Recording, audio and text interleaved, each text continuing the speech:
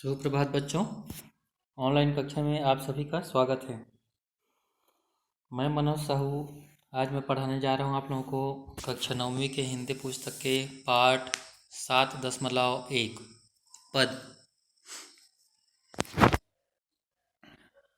आइए इस पाठ के लेखक और कवि के बारे में कवियों के बारे में, लेखक नहीं है, कवियों के बारे में जानते हैं।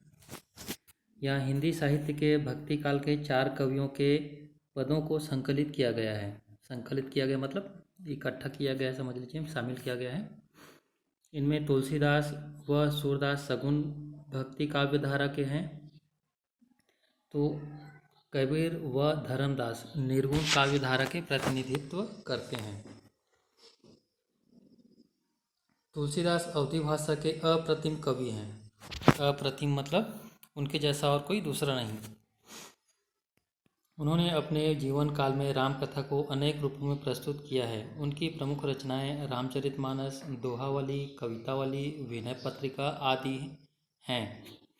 यहाँ दिया हुआ पद विनय पत्रिका से लिया गया है। अगला देखते हैं। अगला कवि है सूरदास। सूरदास ब्रज भाषा के कवि हैं। इनकी रचना है सूरसागर, सूरसरावली, साहित्य लहरी आदि इनकी प्रमुख रचनाएं हैं।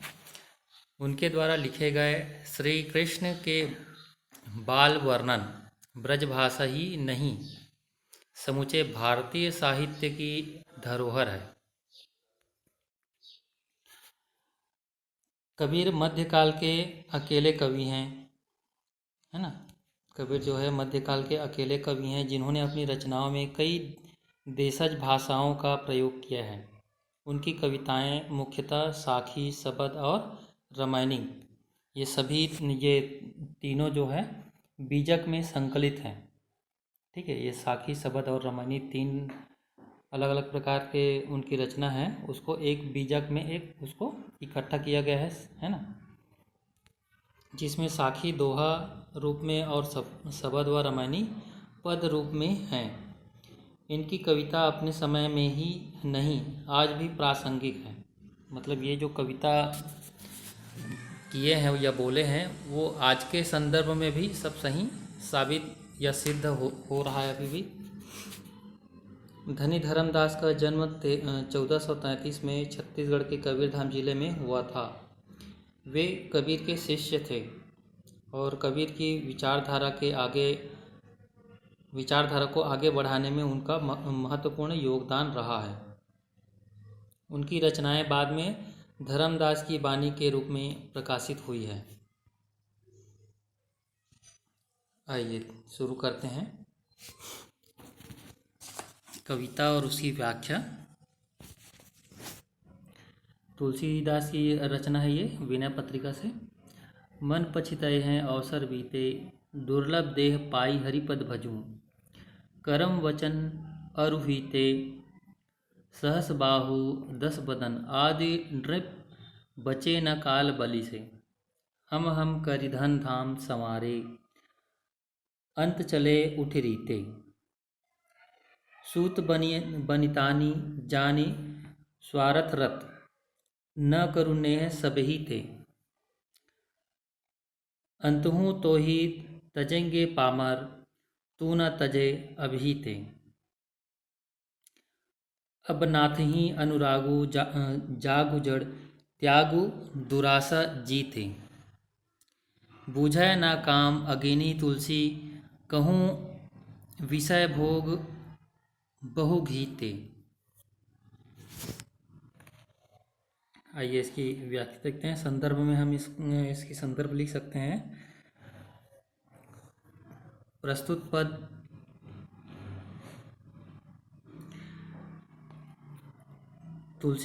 गोस्वामी तुलसीदास द्वारा रचित है ना, जो विनय पत्रिका से ली गई है ना। और इस पाठ का नाम क्या है? पद, है ना। हमारे पाठ्य पुस्तक के पद से लिया गया है, ऐसा करके लिख सकते हैं। और आगे प्रसंग में हम लिखेंगे, मानव जीवन प्राप्त करके भगवान की भक्ति करने को सार तथा सांसारिक माया के बंधनों से छूटकर सुअवसर निकलने के बाद छुटकारा एवं संसार की नश्वरता का वर्णन किया है। आइए हम इसकी व्याख्या ऐसा कर सकते हैं। सुअवसर निकलने के बाद हे मन, तुम्हें पछताना या पश्चाताप करना पड़ेगा।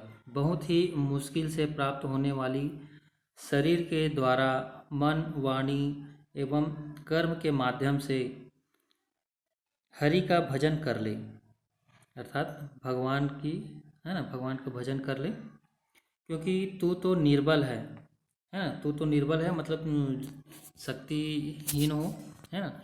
सहस्त्रबाहु राजा बलि, सहस्त्रबाहु मतलब हजारों हाथ वाले जो राजा बलि थे, है ना। पराक्रमी रावण जैसे राजा भी बलात्कारी, है ना, रावण के जैसे बलात्कारी काल से नहीं बच सके। काल मतलब मृत्यु, है ना, मृत्यु से नहीं बच सके।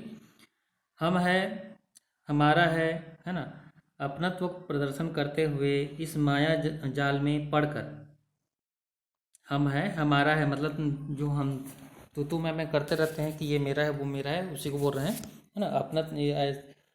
अपनत्व को प्रदर्शित करते हुए इस माया जाल में पड़कर जिन्होंने घर, धन इत्यादि एकत्रित किए थे, वे भी मृत्यु होने के बाद खाली हाथ इस संसार से अंतिम विदाई किए हैं। मतलब वो सभी के सभी भी कुछ लेकर नहीं गए मृत्यु में, है ना। पुत्र, स्त्री आदि संबंधी सभी स्वार्थी हैं, इसलिए इनको स्नेह न करो, मतलब प्रेम न करो। अंत आने पर सभी तुम्हें त्याग देंगे। मृत्यु के समय अंत आने पर सभी के सभी तुमको क्या कर देंगे? त्याग देंगे या छोड़ देंगे। तुम अभी से ही क्यों नहीं इनका परित्याग कर देते? परित्याग मतलब इनको छोड़ देना, है ना। हे मूर्ख, खराब इच्छाओं का त्याग करके अब भगवान राम जो स्वामी है ना, उनके प्रति प्रेम कर लो या उनसे प्रेम कर लो। तुलसीदास जी कहते हैं, जब तक विषय वासना, अर्थात हमको ये चाहिए वो चाहिए, ये सब हम जो मांग करते रहते हैं, इच्छा करते हैं, है ना, तो इसी विषय वासना रूपी मांग थी, है ना। काम अर्थात किसी चीज़ की इच्छा करना, वासना, है ना, रूपी अग्नि, वासना रूपी अग्नि में पड़ता रहेगा, वह कभी समाप्त नहीं होगी। इसलिए हे मन, भगवान का भजन करो, यही सार्थक है। शेष क्या है? बाकी सब क्या है? निरर्थक है ना। ये अब इसमें हम विशेष हम क्या देखेंगे? अवधि भाषा का प्रयोग किया गया है ना। और काम अग्नि में रूपक अलंकार है। आइए आगे देखते हैं, अगली कविता देखते हैं।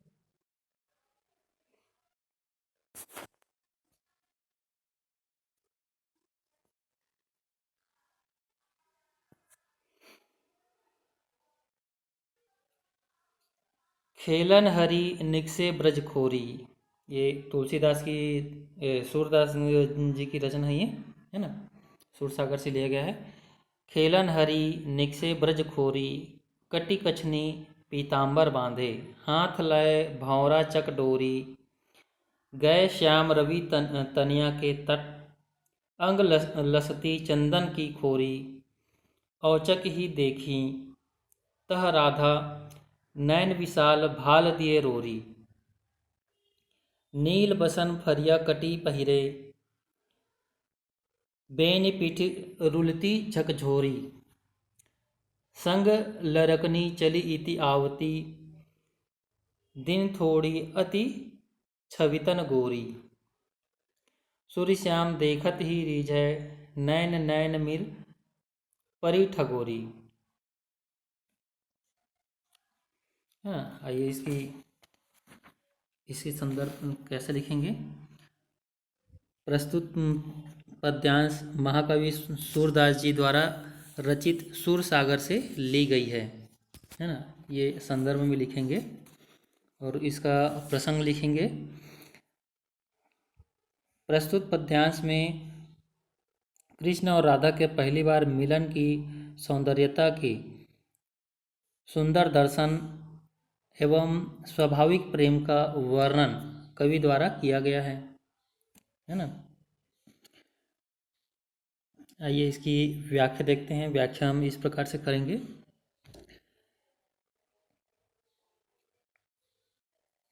क्रीड़ा करने के लिए कृष्ण ब्रज की गलियों में निकलते हैं। क्रीड़ा मतलब खेलने के लिए, ठीक है। खेलने के लिए कृष्ण जो है ब्रज की गलियों में निकलते हैं। वे कमर में पीले वस्त्र की कछनी पहने हुए हैं। कछनी मतलब धोती, है ना। तथा हाथ में नचाने का भौरा। और हाथ में क्या है? नचाने का भौरा, जिसको हम लट्टू भी बोल देते हैं, है ना।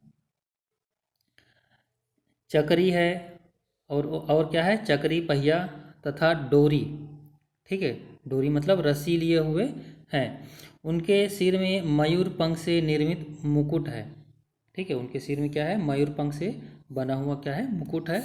कानों में कुंडल लटक रहे हैं। कुंडल जो गोल बाली जैसे जो रहता है कान में पहनने का, गोल गोल, है ना। तथा सुंदर दंत अर्थात दांत, ठीक है। सुंदर जो दांतों की जो पंक्ति है ना, उसकी जो चमक के समक्ष, उसके मतलब उनके उसके दांतों के सामने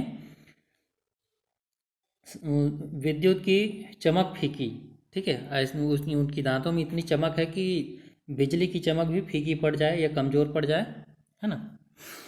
कृष्ण कालिंदी के किनारे, कालिंदी किसको बोलते हैं? यमुना नदी को बोलते हैं, है ना। तो कृष्ण कालिंदी के किनारे पर पहुंचते हैं। वे अपने शरीर पर चंदन का लेप किए हुए हैं, है ना।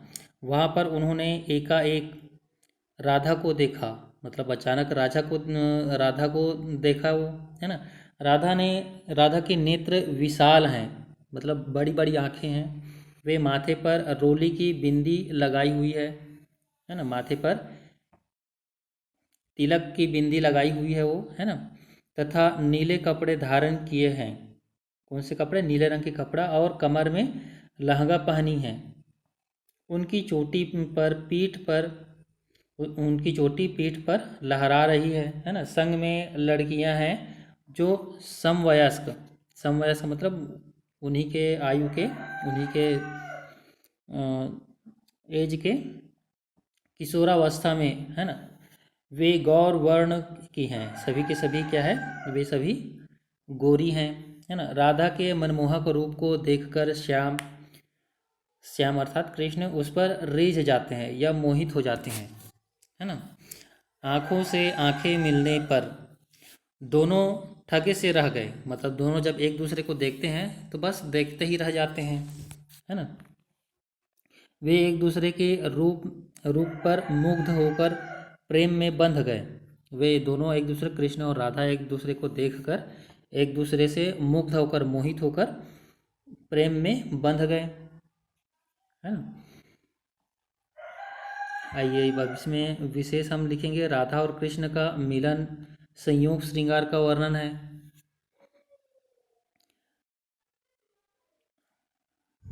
ब्रज भाषा का प्रयोग, है ना, ये हम विशेष में लिख सकते हैं। आइए आगे अगली पंक्ति देखते हैं कबीरदास जी की।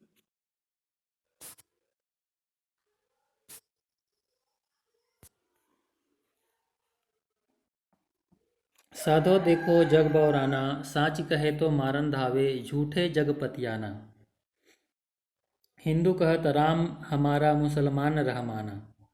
आपस में दो लड़ाई मरत हैं, मरम कोई नहीं जाना। बहुत मिले मोही नेमी धर्मी, प्रात करे असनाना। अतम छाड़ी पसाने पूजे, तिनका थोथा ज्ञाना। आसन मारी भिंड धरी बैठे, मन में बहुत गुमाना। पीपर पाथर पूजन लागे, तीरथ बरत भुलाना। माला पहिरे टोपी पहिरे, छाप तिलक अनुमाना। साखी शब्द गावत भूले, आतम खबर न जाना। आइए इसकी हम संदर्भ लिखेंगे। प्रस्तुत पंक्ति कबीरदास जी द्वारा रचित हमारी पाठ्य पुस्तक के पद से ली गई है ना। आइए इसका प्रसंग हम लिखेंगे। हिंदू एवं मुस्लिम द्वारा करने वाले ढोंग को दूर करने तथा अपने आप अर्थात स्वयं को पहचानने को कहा गया है। आइए अब इसकी व्याख्या में हम ऐसा कर सकते हैं व्याख्या। कबीरदास जी कबीरदास जी कहते हैं, हे साधो, यह संसार सारा पागल हो गया है, ठीक है, बौरा गया है ना। सत्य कहने पर, अब ऐसा क्यों बोल रहे हैं, क्योंकि सत्य कहने पर मारने के लिए दौड़ता है ना, और असत्य की ओर संसार भागता है ना, और असत्य बोलने से उसको मान लेते हैं। हिंदू राम को ईश्वर मानते हैं तथा मुस्लिम रहमान को ईश्वर मानते हैं, अल्लाह को ईश्वर मानते हैं, है ना।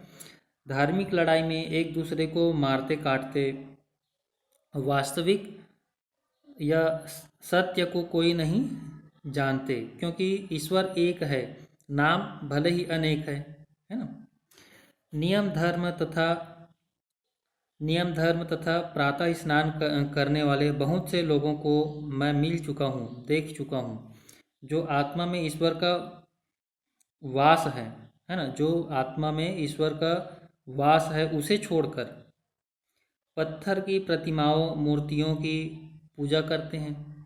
ऐसे लोगों का ज्ञान केवल दिखावटी होता है ना। वास्तव में वे अल्पज्ञ होते हैं, मतलब कम ज्ञानी होते हैं। अल्पज्ञ होते हैं मतलब वो ज्ञानवान नहीं है। जो आसन लगाकर ध्यान में बैठते हैं उन्हें इसका गर्व होता है, ठीक है। ऐसे जो लोग हैं वो ध्यान लगा के जब बैठते हैं तो उनको भी इस बात का गर्व होता है। पीपल वृक्ष, पत्थर की मूर्तियों के उपासक सभी तीर्थों का आवागमन मतलब तीर्थों में आना जाना, तथा व्रतों में लीन मतलब व्यस्त होना, ठीक है। तो आवागमन तथा व्रतों में, व्रत मतलब उपवास वगैरह जो करते हैं, है ना, तो व्रतों में लीन हो जाते हैं। वे वास्तविकता को भूल जाते हैं। माला टोपी आदि पहनकर एवं तिलक लगाकर एवं छापों को मतलब पहनावा को, है ना, उन पहनावा के माध्यम से हिंदू या मुस्लिम है का अनुमान लगाया जाता है। उनके पहनावा को देख के कि ये हिंदू है, तिलक वगैरह लगा लिया, है ना, तो उसको बोलेंगे गले में माला पहन लिया, है ना, तो ऐसे लोगों को हम बोलेंगे ये क्या है, हिंदू है। या और उसी प्रकार मुस्लिम को टोपी पहन लिया या फिर दाढ़ी बढ़ा लिया, इस तरह का कुछ भी, तो उनके जो पहनावा को देख के हम उसको अनुमान लगाते हैं कि ये क्या है, मुस्लिम है। सच्चाई शब्द को भूलकर वे अपने आप को भी नहीं पहचानते हैं, समझ नहीं पाते हैं, है ना। आइए इसका हम विशेष हम लिख सकते हैं। हिंदू एवं मुस्लिमों द्वारा किए जाने वाले पाखंड का वर्णन किया है, या पाखंड के बदले में हम आडंबर भी लिख सकते हैं। आइए अगली पंक्ति देखते हैं धनी धर्मदास जी का।